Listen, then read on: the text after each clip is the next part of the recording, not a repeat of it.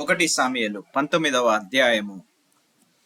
అంతటా సౌలు, మీరు దావీదును చంపవలసినదని తన కుమారుడైన యోనాతానుతోను తన సేవకులందరితోనూ చెప్పగా, సౌలు కుమారుడైన యోనాతాను దావీదు యందు బహు ఇష్టము గలవాడై ఉండి దావీదుతో ఇట్లనెను, నా తండ్రి అయిన సౌలు నిన్ను చంపవలెనన్న ప్రయత్నము మీదనున్నాడు. కాబట్టి నీవు ఉదయమున జాగ్రత్తపడి రహస్యమైన స్థలమందు దాగియుండుము. నేను వచ్చి నీవు ఉన్న చేనిలో నా తండ్రి యొద్ద నిలిచి నిన్ను గూర్చి అతనితో మాటలాడిన తర్వాత నిన్ను గూర్చి నాకేమైనా తెలిసిన ఎడల దానిని నీతో తెలియజెప్పుదున్న నేను. యోనాతాను తన తండ్రి అయిన సౌలుతో దావీదును గూర్చి దయగా మాట్లాడి, నీ సేవకుడైన దావీదు నీ విషయములో ఏ తప్పిదమును చేసిన వాడు కాక బహుమేలు చేసెను గనక, రాజా, నీవు అతని విషయములలో ఏ పాపము చేయకుందువు గాక. అతడు ప్రాణమునకు తెగించి ఆ ఫిలిస్తీయుని చంపగా యెహోవా ఇజ్రాయేలీయులకందరికీ గొప్ప రక్షణ కలగజేసెను.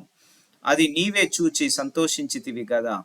నిష్కారణముగా దావీదును చంపి నిరపరాధి యొక్క ప్రాణము తీసి నీవెందుకు పాపము చేయుదువని మనవి చేయగా, సౌలు యోనాతాను చెప్పిన మాట ఆలకించి యెహోవా జీవము తోడు అతనికి మరణశిక్ష విధింపనని ప్రమాణము చేసెను.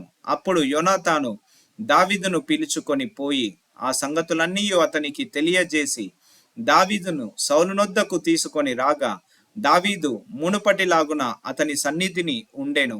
తర్వాత యుద్ధము సంభవించినప్పుడు దావీదు బయలుదేరి ఫిలిస్తీయులతో యుద్ధము చేసి వారిని ఓడించి వెనుకకు పారదోలి గొప్ప వధ చేయగా, యెహోవా యొద్ద నుండి దురాత్మ సౌలు మీదికి వచ్చెను.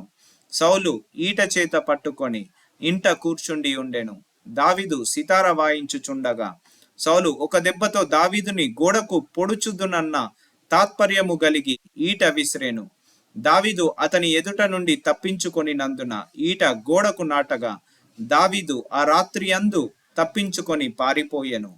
ఉదయమున అతన్ని చంపవలనని పొంచియుండి దావీదును పట్టుకొనుటకై సౌలు అతని ఇంటికి దూతలను పంపగా, దావీదు భార్య అయిన మీకాలు, ఈ రాత్రి నీ ప్రాణమును నీవు దక్కించుకొంటినే గాని రేపు నీవు చంపబడుదువని చెప్పి కిటికీ గుండా దావీదును దింపగా అతడు తప్పించుకొని పారిపోయెను.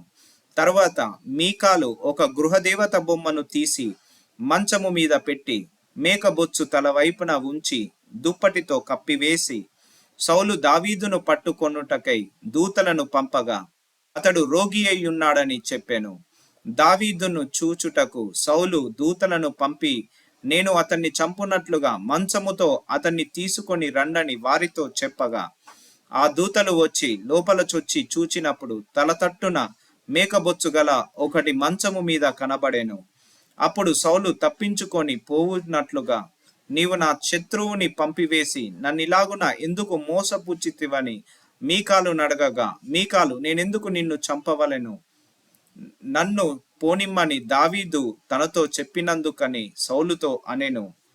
అలాగున దావీదు తప్పించుకొని పారిపోయి రామాలోనున్న సామెయేలు నొద్దకు వచ్చి సౌలు తనకు చేసినదంతటిని అతనికి తెలియజేయగా, అతడును సామెయేలును బయలుదేరి నాయోతుకు వచ్చి అచట కాపురముండిరి.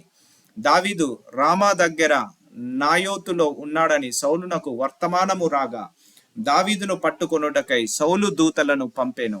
వీరు వచ్చి ప్రవక్తలు సమాజముగా కూడుకొని ప్రకటించుటయు సామెయేలు వారి మీద నాయకుడిగా నిలుచుటయు చూడగా, దేవుని ఆత్మ సౌలు పంపిన దూతల మీదికి వచ్చెను గనుక వారును ప్రకటింపనారంభించిరి. ఈ సంగతి సౌలునకు వినబడినప్పుడు అతడు వేరు దూతలను పంపెను గాని వారును అటువలనే ప్రకటించుచుండిరి. సౌలు మూడవసారి దూతలను పంపెను గాని వారును ప్రకటించుచుండిరి. మూడవసారి తానే రామాకు పోయి సేకు దగ్గరనున్న గొప్ప బావి యొద్దకు వచ్చి సామెయేలును దావీదును ఎక్కడ ఉన్నారని అడగగా, ఒకడు రామా దగ్గర నాయోతులో వారున్నారని చెప్పెను. అతడు రామా దగ్గరనున్న నాయోతునకు రాగా దేవుని ఆత్మ అతని మీదికి వచ్చెను గనుక అతడు ప్రయాణము చేయుచు రామా దగ్గరనున్న నాయోతునకు వచ్చు వరకు ప్రకటించుచుండెను. మరియు అతడు తన వస్త్రములను తీసివేసి ఆనాటి రాత్రింబగళ్ళు సామియేలు ఎదుటనే ప్రకటించుచు పైబట్టలేని వాడై పడియుండెను.